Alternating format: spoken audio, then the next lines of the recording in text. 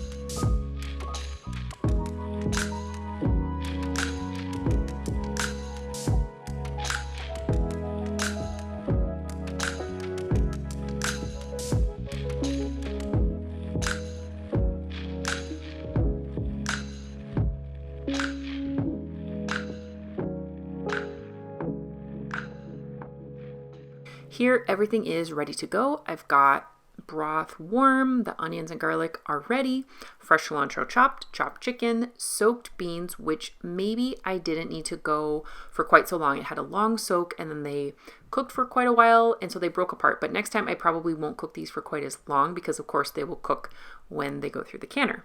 We've got some pickled jalapeños, salsa verde, and some sea salt. I evenly distributed all the ingredients across all the jars. Prior to starting, I figured out how much of each ingredient I would need for each jar and adjusted my recipe so I could fill a full 7-quart canner load. The original recipe just made 4 or 5 jars, so I wanted to make sure I could fill all my jars so that I could fill an entire canner. It doesn't make sense for me to run the canner if I'm doing something like this, if I know I can fill all the jars and I just need to have more ingredients.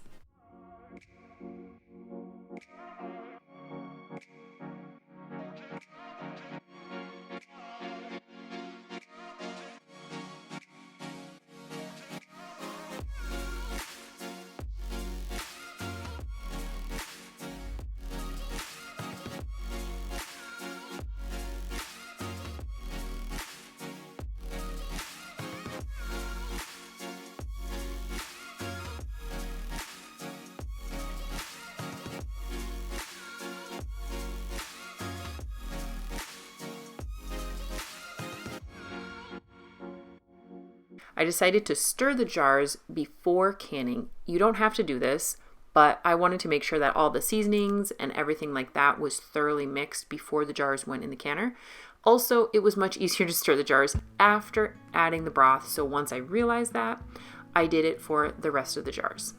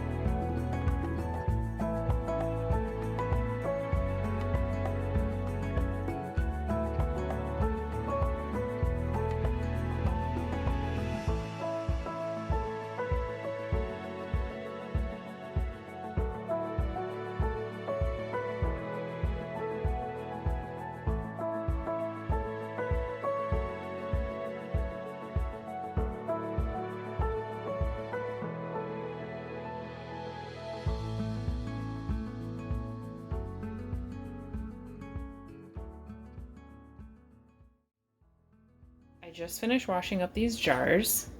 And so I thought that I would just jump in at the end of this video quick and talk a little bit about how this canning project went. First of all, I am super excited to have these on my shelf. I think that the canning process went great. I find that when you can chicken from raw, the flavor is just amazing. It's super tender. And so one of the things I noticed in here, let me see if I can find an example, is there's sort of like a little bit of a mass there. And that is the chicken kind of clumped together. And so when I get these, when we eat these, I will just break that apart and it will, I'm sure it'll be great. The other thing is I followed the instructions and used 1-inch headspace. But if you look, it sort of forced its way down to 1.5 inches. And I actually came across somebody who canned a similar chili and actually used 1.5-inch headspace, but I've not actually come across any sort of official recipes that call for anything over an inch. So I didn't even think to do it, but it did siphon out a little bit to 1.5 inches. So that might be something to think about if you want to make this or something similar, is to stick to 1.5 inch headspace. And so for the siphoning, it did make the jars kind of yucky. The lids get a little less pretty, and it actually affects the rings too. If you have siphoning and it's under all that pressure, the quality, my rings are not easy to grab, but I would show you. It did a similar thing to my rings. So that's going to make the rings not usable for as long as they otherwise would be if they didn't have that going on. It makes them rust and things like that. You can actually see the rust on them. So so that's a reason to kind of make sure that the headspace is going to be good for what you're doing. And the other thing is this can also be made into like a creamy soup, which would boost the protein if you use something like a yogurt when you prepare it. So that's another thing, and that can kind of like blend some of those things that might have separated out, can blend them all together. So that's another tip that I think we'll try at least once and see how it goes. And the other thing that I'm really excited to do with a meal like this is that there's a variety of toppings that you can use, which can really customize it for each individual person's taste. And so we have a lot of people in our house, so not everybody likes necessarily the same things prepared the same way, but if we start with the same base, you can add the toppings and it can make it more appealing to other people, even if it's something that maybe is not their favorite meal, but it can make it something that they enjoy because they like cheese on it, or they like some, chips or something like that on it. So anyway, thank you for coming along with me for this video when we made this whole meal in a jar. We've got 7 quarts. I'm going to label these and put these in our basement shelves. I hope you have a wonderful day, and we will see you soon.